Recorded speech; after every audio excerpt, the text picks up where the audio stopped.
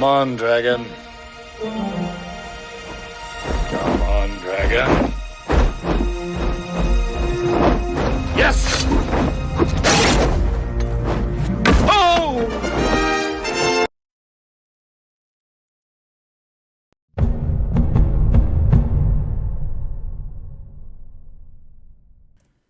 Did you know that the first mention of the catapult in human history is in the Bible? Watch this video. We're going to cover this topic of the catapult. Shalom Aleichem, Assalamu Alaikum. Welcome to 2 Chronicles chapter 26. And the title of this video is The Catapult, First Invented in the Bible. So let's look at these differences. First of all, there are 23 verses. We're going to go over the bit of the history of the catapult. So first, looking at verse 5, we see here that Zechariah, it was said that he understood the fear of Hashem. Zechariah understood the fear of Hashem. We have a series of videos, about 4 parts in total, going into what this means.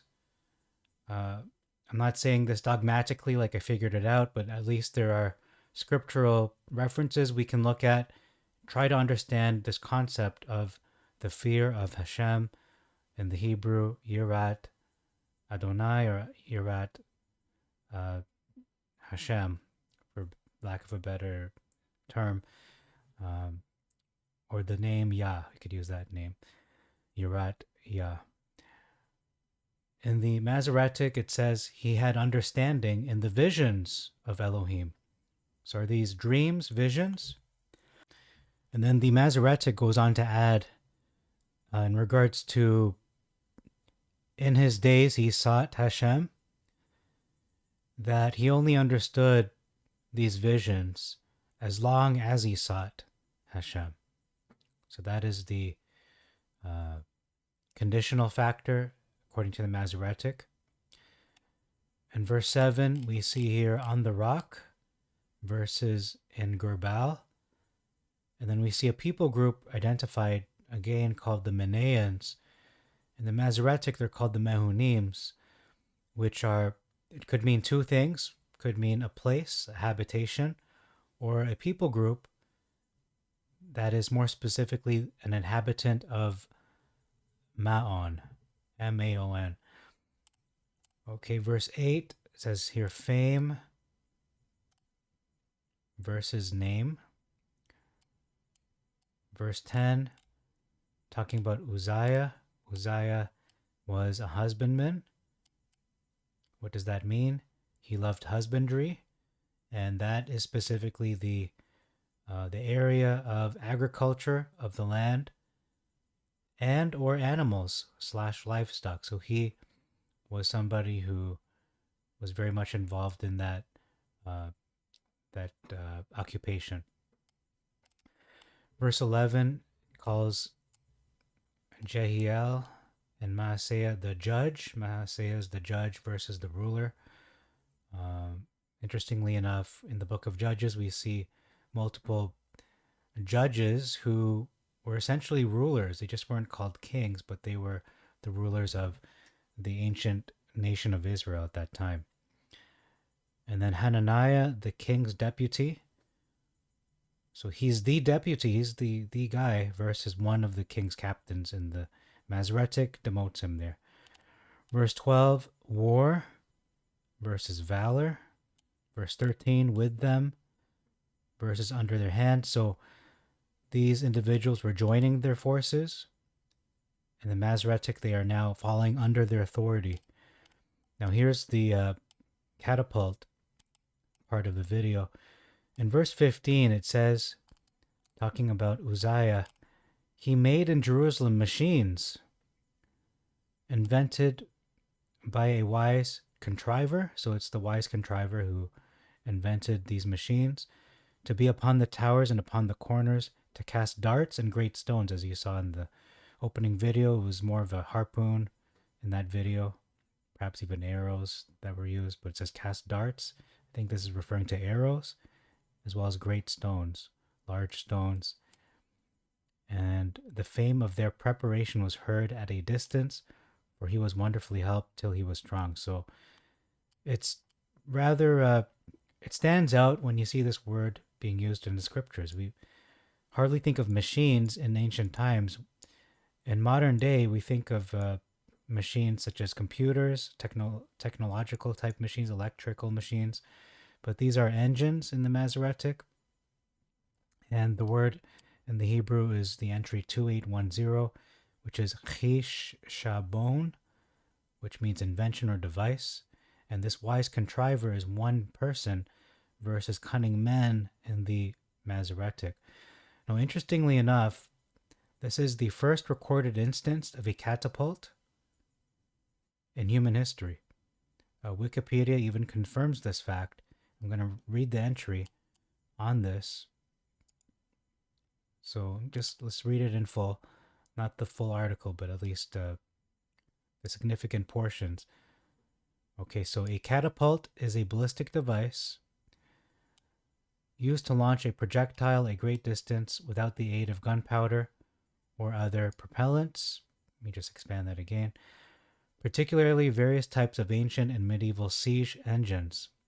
A catapult uses the sudden release of stored potential energy to propel its payload.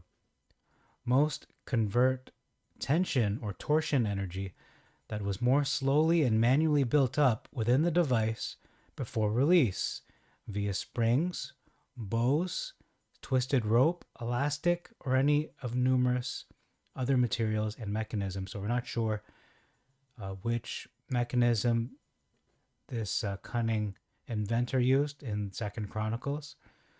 It's anyone's guess, really. I'm surmising it's the twisted rope, some kind of elastic kind of mechanism there. During wars in the ancient times, the catapult was usually known to be the strongest heavy weaponry. That was the ancient equivalent of like a missile launcher. In modern times, the term can apply to devices ranging from a simple handheld implement, like a slingshot, to a mechanism for launching aircraft from a ship. The earliest catapults date to at least the 7th century BC. That's what we're reading from, with King Uzziah of Judah recorded as equipping the walls of Jerusalem with machines that shot great stones. Again, the 7th century BC, 700 years before Christ. Catapults are mentioned in Yajur Veda under the name Jia in chapter 30, verse 7. In the 5th century BC, the mangonel appeared in ancient China. Not sure what that is. It looks like a trebuchet, a traction trebuchet. A type of traction trebuchet and catapult. Early uses were also attributed to Ajatashatru of Magadha in his 5th century BC war against the Lycavis. Greek catapults were invented in the early 4th century BC, being attested by Diodorus Siculus as part of the equipment of a Greek army in 399 BC and subsequently used at the siege of Mattia in 397 BC.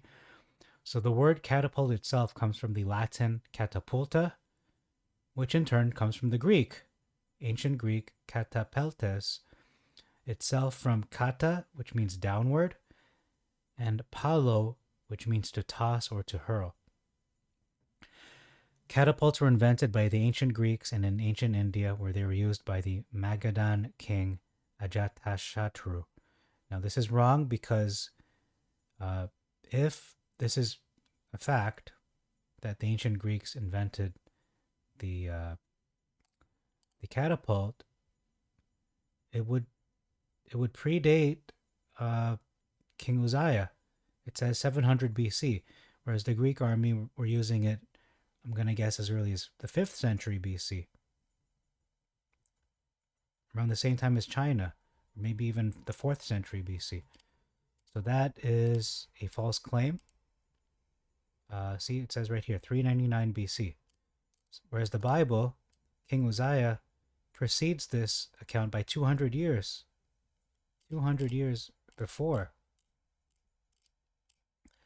We have chronological order, there might be some type of catapult like siege weapon in the 19th century BC, but that is speculation. Whereas it's clear in 750 BC, Judah, in the Judah area, King Uzziah is documented as having overseen the construction of machines, that's what we're reading about, to shoot great stones and arrows as well.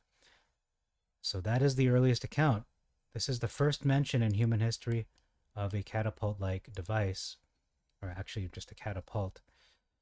Okay, so we're going back to our reading. That's the portion on the catapults. I found that very interesting. I did not realize the catapult was essentially invented in the Bible by King Uzziah and the man that he had hired. So I'm not sure if Uzziah is the inventor or is it someone else. Was the wise contriver a different person than King Uzziah or Uzziah? Verse 17 now, continuing on with our differences between the two translations. It says here, perhaps, where's this? Mighty men. Okay, it says mighty men, talking about the priests. No, these are and. I think this is supposed to read and mighty men. The reading should be the priests and mighty men. So, because priests are not known to be warriors, priests are not men of war. They are liturgical people. Since the priests are not known to be warriors or men of war, whereas the Masoretic just confuses them and says the priests of Yah, for Hashem, were valiant men, assuming they were warriors as well, kind of like Shaolin monks kind of deal. Verse 18, it says that Uzziah was burning sacrifice. I should say the sons of Aaron who are consecrated to sacrifice. So it's not for Uzziah to do. It is not for you, Uzziah. That's Azariah, the priest speaking to him. It is for the priests, the sons of Aaron who are consecrated. They're set apart to sacrifice. In the Masoretic, it says to burn incense. Why? For thou hast, actually that's the law, but it also says, for thou hast departed from Hashem. So is that the reason why he's not allowed? Because he's departed? Or is that because that's not part of the king's obligations? Although it has been recorded, I believe King Solomon, King David even offered sacrifice. So if that wasn't allowed, they wouldn't be able to do that. Whereas the Masoretic says, for thou hast trespassed. So he sinned. But we can see the Septuagint presents just how far gone he has went. He departed from Hashem, didn't just trespass. His life just departed from him. The way his life was, the direction his life was going, his current state had departed from Hashem. Verse 20. It says here, because Hashem had rebuked him. So let's read this full verse. Azariah, the chief priest, and the other priests turned to look at him, and behold, he, talking about Uzziah, was leprous in the forehead. And they got him hastily out thence, for he also hasted to go out, because Hashem had rebuked him. So this was the rebuke from Hashem to afflict him with this leprosy in the forehead. And it says here, it smitten him. So he killed him with that. But we can see this is a rebuke. It's an open rebuke of Uzziah. Verse 21, talking about how Uzziah didn't exactly die at that moment. So the Masoretic has it wrong that he was smitten for thinking to death. He was rebuked. And you could say smitten to the point of just being leprous, not to the point of death. But it says here, Uzziah the king was a leper to the day of his death. So he still lived a good time after that event. And he dwelt as a leper in a separate house versus several houses. So several houses, was he living in multiple houses? It seems to be a separate house, being cut off from the temple of Hashem. And then it describes the name of the prophet, Isaias, which is actually Isaiah. It's interesting how the Greek renders it Isaias with a J. So that's all for this video. I hope it was interesting and informative. Thank you very much for your time. Until next time, I bid you all Shalom Aleichem, Assalamu Alaikum, Irini Mazisu, Pax. Peace be unto you, and Maranatha.